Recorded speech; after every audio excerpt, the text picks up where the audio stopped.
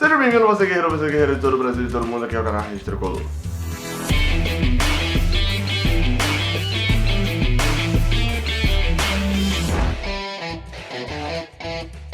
Eu sou o Gabriel Amaral, esse daqui é o vídeo de pré-jogo de hoje, quinta-feira, dia 25 de abril de 2019, Santa Cruz versus Fluminense, jogo de volta da quarta fase da Copa do Brasil de 2019, e você vem comigo porque aqui você vai saber de tudo que você precisa saber para assistir esse jogo, com uma análise, etc. Você sabe aqui no Rede Tricolor no vídeo de pré-jogo. Então não se esquece de meter o like aqui embaixo, apertar no se inscrever aqui embaixo, já estão aí com quase 42 mil inscritos, só crescendo.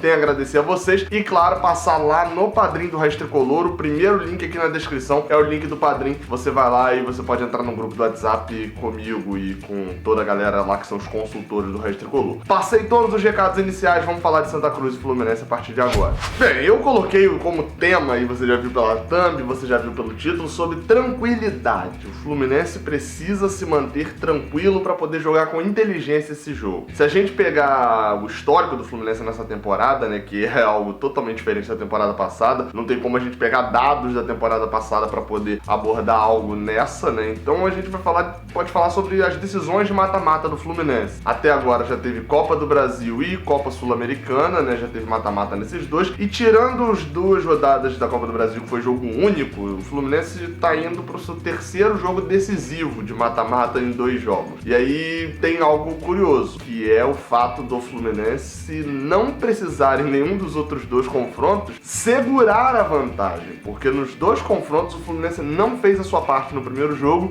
e chegou na segunda partida precisando sair. A gente vai lembrar, né? Foram 2 0-0. Um deles contra o Antofagasta aqui no Maracanã, foi lá pro Chile, conseguiu abrir o placar, tomou empate, mas depois fez o segundo gol e se classificou. E também contra o Luverdense pela Copa do Brasil, foi até Lucas do Rio Verde, empatou 0-0 e aí dentro de casa no segundo tempo fez os 2 gols que precisava e se classificou tranquilamente. Contra o Santa Cruz é diferente. O Fluminense já fez o 2-0 em casa e agora vai ter que entrar lá para segurar o resultado. Isso até aconteceu uma vez também contra o Flamengo no Campeonato Carioca, mas ali não era muito bem 2 jogos, né? A gente estava entrando e o 0-0 era nosso porque a gente tinha vantagem de empate. No final das contas, a gente conseguiu o resultado. Mas Léo Santos fez aquela besteira no último lance do jogo e a gente saiu eliminado. Ia falando também de confronto com o Flamengo, que eu trago uma outra estatística boa pro torcedor tricolor, que é o fato do Fluminense ter jogado até agora 5 jogos na Copa do Brasil, a gente tá indo pra 6ª partida e não ter sofrido nenhum gol. Nenhum. 0-0.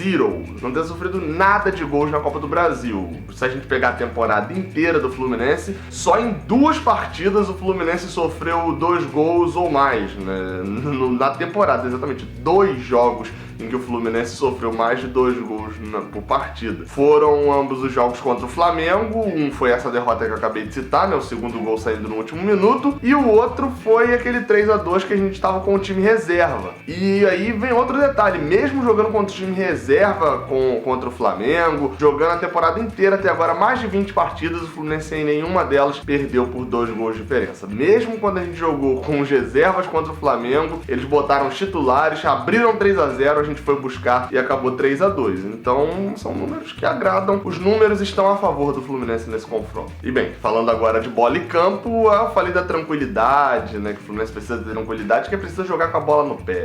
Eu já até citei essa questão do Fluminense não ter ido decidir ainda uma partida com a vantagem, de como o Fluminense joga com a vantagem. Eu já falei aqui várias vezes que há uma dificuldade para poder segurar resultado quando é cruzamento na área, né? O Fluminense tem uma dificuldade com abafas.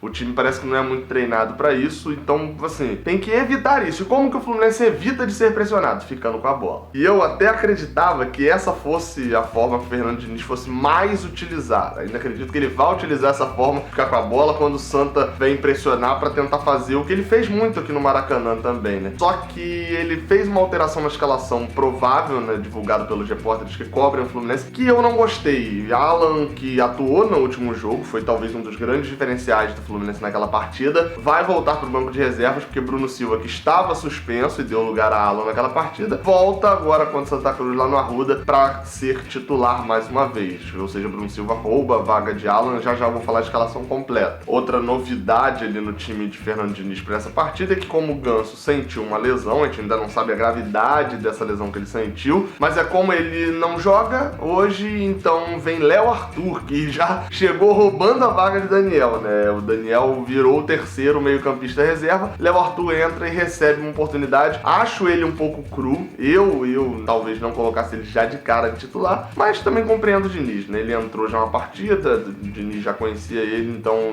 entra de titular Léo Arthur também ali no meio de campo. E sobre a forma de jogar, a gente vai lembrar que aqui no Rio de Janeiro, o Santa Cruz deu muita liberdade pro lado direito do Fluminense. Não é que eles queriam dar liberdade para aquele lado, não. É que estavam tão preocupados com o lado esquerdo, enfim, para quem não viu lá minha análise, tal, que eu falo disso ainda lá no Maracanã, eles estavam tão preocupados com o Everaldo e Ganso, né, que eram talvez as maiores referências ali do time, dobraram a marcação em Everaldo e aí liberou para uma grande partida de Alan, né, como eu falei, Luciano e Gilberto, e resolveu ali o jogo no primeiro tempo. Ainda perderam várias chances no primeiro e no segundo tempo. Já na volta, sem Ganso, vai ter aquela do Santa Cruz ter que sair mais pro jogo. Então, se tem que sair mais pro jogo, vai liberar mais espaços, vai ter espaço para contra-ataque com Everaldo, principalmente, tanto com Caio Henrique e Gilberto nas duas laterais, e Johnny Gonzalez mais pelo centro. Então, o contra-ataque do Fluminense, caso o Santa Cruz venha tentar amassar, tanto o contra-ataque quanto a saída rápida nas tabelas, vão ser as melhores oportunidades do Fluminense, provavelmente vão ser criadas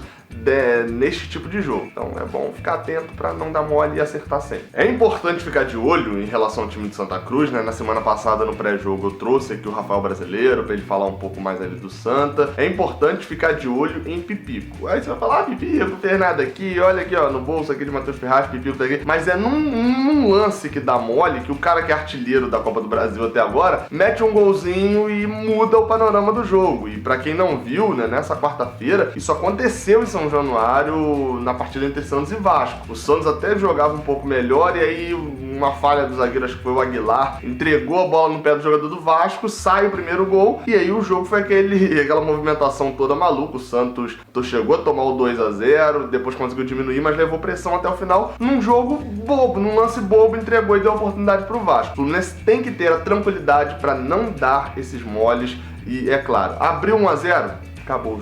A escalação do Fluminense, né? Eu prometi dar, e aí vem aqui ela. Rodolfo no gol, Gilberto na lateral direita, Matheus Ferraz, Nino e Caio Henrique, Ayrton, Bruno Silva, Léo Arthur, e no ataque Everaldo, Johnny Gonzalez e Luciano, e seu time formado e treinado, escalado por Fernando Diniz. Um comentário, né? Isso foi amplamente falado aqui nos comentários, e eu vi, e vai aparecer aqui gente falando de novo, sobre o público no Arruda, para essa partida de volta, né? De que 60 mil, segura, tinha gente falando até em 100 mil na Arruda, nem cabe, mas enfim, um público muito alto e tal, e eu realmente confesso que eu esperava isso também, mas não é o que se projeta até agora. Até o final da quarta-feira, né, o Santa Cruz fez uma promoção até o final da quarta-feira. Na quinta-feira o preço do ingresso subia, ou seja, era promoção para ter uma grande compra antecipada e não rolou. O ingresso chegava a custar R$5, né, para quem comprava até essa quarta, e não adiantou tanto, né? Até agora foram vendidos só 10 mil ingressos. Ao longo dessa quinta-feira, com certeza deve ser vendido muito mais, na hora também, mas, pô, a R$5 ali uma parte dos ingressos e não esgotou. Então, 10 mil,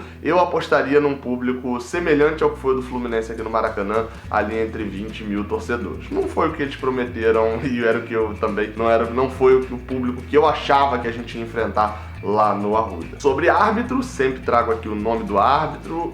Quem vai apitar esse jogo é Flávio Rodrigues de Souza, de São Paulo, árbitro que já apitou 7 partidas do Fluminense e muitas delas foram no Brasileirão do ano passado, e é por isso que eu vou destacar uma delas, que foi aquela de Fluminense e Cruzeiro no primeiro turno ainda. Grande jogo ali, marcante, que a gente ganha de 1-0, gol de meio de queixo, né, de Pedro, que ironia, mas a gente ganhou e foi o jogo que teve a expulsão de Gilberto, aquela que ele entra meio que de voadora, ainda no início início do jogo ele foi expulso. É um árbitro que foi contestado por algumas partidas, mas também nunca apitou grandíssimos jogos do Fluminense. E por sinal a gente tem até um retrospecto ruim com ele. A gente nunca venceu como visitante com ele apitando. Tá na hora de acabar esse retrospecto. Não se esquece de apertar o like aqui embaixo. Logo após, se inscreve e ativa o sininho, porque logo após o jogo, ó, 20 minutinhos é só o tempo de você ir lá tomar uma água, dar aquele mijão ali e já voltar, que a análise já tá no seu celular. Logo após o jogo já tem análise aqui na tela do seu celular ou no computador, já tem a notificação ali e você é o primeiro a ver, beleza? Muito obrigado a todos, saudações tricolores e até a próxima, valeu!